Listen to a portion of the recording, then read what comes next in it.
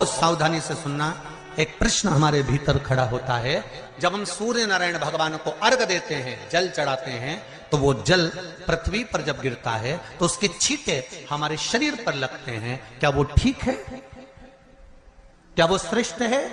तो शिव महापुराण की कथा कहती है, जब हम सूर्य को अर्घ देते हैं, सूर्य को जल चढ़ाते हैं, वो पानी जब पृथ्वी पर गिरता है, उसके छींटे हमारे शरीर पर लगते हैं, तो वो श्रेष्ठता का भाव निर्मित करते हैं। वो गलत नहीं हो सकता। कारण अब वो भी समझ लीजिए।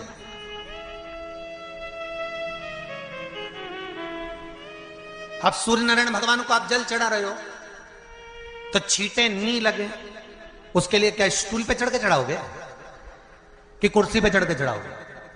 अरे बोलो तो सही। अब कई लोगों के दिमाग में यह बात भरा गई कि हम भगवान को जल चढ़ाते हैं, वो हमारे शरीर में छींटे लगते हैं, जमीन पे से पानी गिरता है, वो हमारे शरीर को छींटे लगते हैं, भगवान को अच्छा नहीं लगता होगा। कौन ने कहा? पहले तो उसको पकड़ के ला। मेरे राम जी महाराज, मेरे भगवान कृष्ण, बड़े बड़े संत, साधु, सन्यासी, तपस्वी, साधक, उपासक जितने भी हुए, जिन्होंने सूर्य की आराधना करी, इन्होंने टेबल पे चढ़कर या कुर्सी पे चढ़कर जल नहीं चढ़ाया। इन्होंने पृथ्वी पर खड़े होकर ही, क्योंकि पृथ्वी तत्व के देव हैं शिव।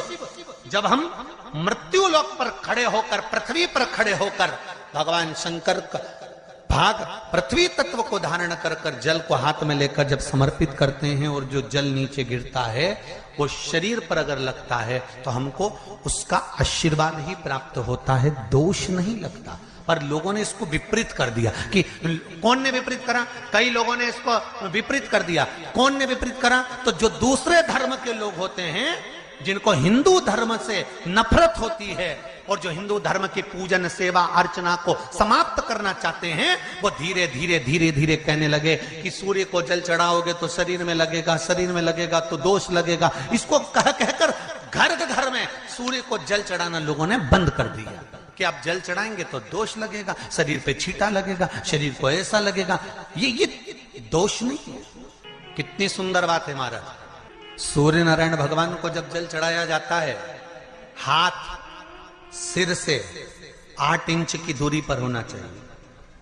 जम के बोलिए, सिर से कितना ऊंचा होना चाहिए?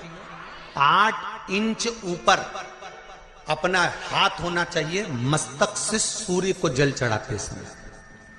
और ना चांदी का, ना स्टील का, ना लोहे का, ना प्लास्टिक का, ना कांच का, ना सोने का कोई बर्तन, ना कांसे का, ना एल्युमिनियम का, ना पीतल का, केवल एक पात्र होना चाहिए, वो है तांबे का। काय का पात्र होना चाहिए? तांबे का पात्र। और सूर्य नारायण भगवान को जब 8 इंच ऊपर तुम्हारा हस्त है, और जब हम सूर्य को जल चढ़ा रहे हैं, कैसे जल चढ़ाना है वो भी समझ लीजिए। अगर कोई कैंसर का मरीज है, जिसके चेस्ट में कैंसर आ गया हो, लेफ्ट में, राइट में कहीं पर कैंसर आ गया हो, या कोई गठान आ गई हो, तो महाराज आप जल चढ़ाते समय उस जल की धार को सूर्य भगवान को जब चढ़ा रहे हो तो धार आपकी गठान की ओर जाना चाहिए, जिससे सूर्य की किरण उस जल में से आपके उस स्थान पर पड़े, उस जगह पर पड़े जहां पर गठान है। महाराज आप लगातार जल तो चढ़ाना चालू करो, अच्छे अच्छे डॉक्टर फेल हो जाएंगे और कह देंगे गठन ठीक हो गई।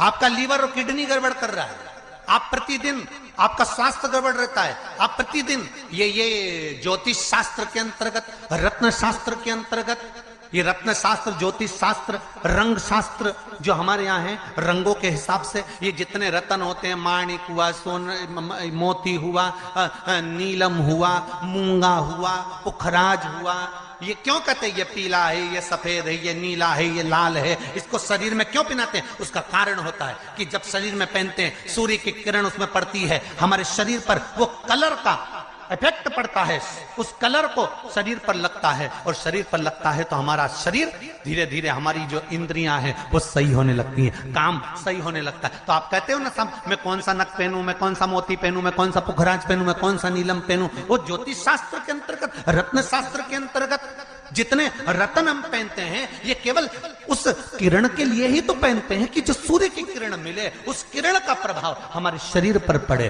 तो इन सबसे अच्छा है कि सुबह शंकर भगवान का नाम लो, तांबा का लोटा में जल भरो, 8 इंच ऊपर सिर से हाथ होना चाहिए, और सूर्य नारायण भगवान का दर्शन साधारण नहीं, जो जल तुम चढ़ा रहे हो वो जल की जो धार आ रही है उसमें सूर्य का दर्शन होना चाहिए, तो कैंसर की बीमारी कभी नहीं हो सकती। लीवर, किडनी, हार्ट, आपके हार्ट में अगर तकलीफ है, डॉक्टर ने कह दिया कि इसमें नस चोक है, आपको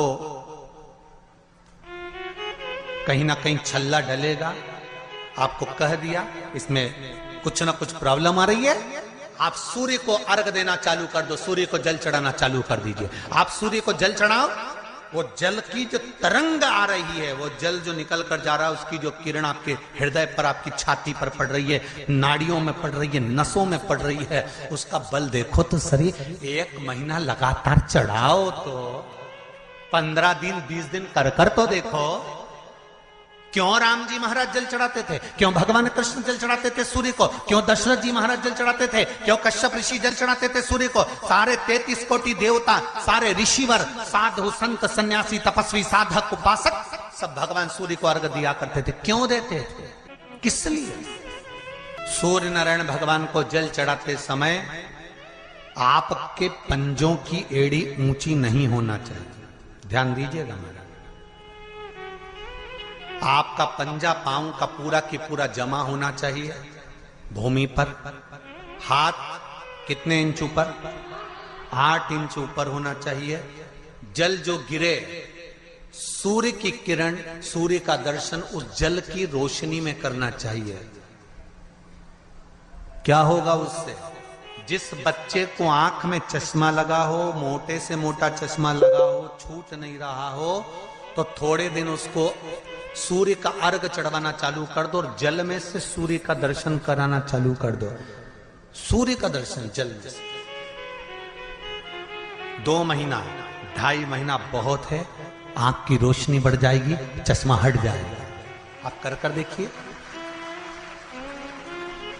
अब एक प्रश्न और खड़ा होता है सूर्य को अर्घ देने का। गुरुजी, पंचदेव पंचायत में सूर्य नारायण भगवान शंकर की पंचायत में हैं। सूर्य नारायण को हम फ्लैट में रहते हैं, हम फ्लैट के अंदर रहते हैं, तो हम फ्लैट में रहते हैं, हमारे यहाँ अगर छज्जा नहीं है, हमारे यहाँ जगह नहीं है, तो हम सूर्य को अर्घ कैसे दें? तो महाराज खिड़की तो होगी, अगर घर में फ्लैट में पानी ढुलेगा और आप लोग नहीं समेट सकते तो एक बाल्टी रख लो, एक पात्र रख लो, पर सूर्य नारायण भगवान को अर्घ देकर रोशनी शरीर पर पड़ना चाहिए। जिंदगी में कभी कोई बड़ी बीमारी नहीं आ सकती। कितने लोग देते हैं सूर्य को अर्घ? जरा हाथ उठाओ। बहुत बढ़िया, बहुत जोरदार। पुरुष लोग भी देते हैं ना, चाहे बच्चे से बच्चा, बच्चों के हाथ में भी 1 लोटा पानी पकड़ा। घर में छोटे बच्चे हो ना, उनको तांबे का लोटा दो, पानी दो, जा बाहर खड़े हो जा, 1 लोटा पानी चढ़ा के। पहले दिन आप स्वयं बच्चे के साथ बाहर खड़ी हो, ओटले पर, घर के बाहर खड़ी हो, छत पे खड़ी हो या घर के बाहर खड़ी हो, और बच्चे से कह लो चढ़ाओ बेटा, देखो ऐसा हाथ 8 इंच ऊपर करिए, तांबे का लोटा लेकर पानी धीरे धीरे डोलना है, जैसे वो स्लो मोशन के सीन नहीं होते नाटक में, ये एकदम धीरे धीरे धीरे, बस नहीं तो मालूम पड़े छोरा छोरी एक साथ उंडेल के अंदर। नहीं, जल चढ़ाते समय उस पानी में से सूर्य की किरण पड़ना चाहिए, सूर्य की किरण। एक बात और कहना चाहूंगा, अगर आप लोग स्वीकार करेंगे तो, अगर कहीं आपको लगता हो कि बच्चा पढ़ने में कमजोर है, विद्या में कमजोर है, रिजल्ट अच्छा नहीं आ रहा, पढ़ने में कमजोर है, वो पढ़े अपनी जगह पढ़े, वो कार्य करे अपनी जगह करे, मेहनत करे अपनी जगह करे। बच्चों को कह दो कि कुछ समय के लिए सूर्य को अर्घ देना चालू कर। सूर्य की किरण जहां पर ब्राह्मण या हिंदू धर्म का व्यक्ति मस्तक पर तिलक लगाता है, भुकुटियों के बीच में उस सूर्य की किरण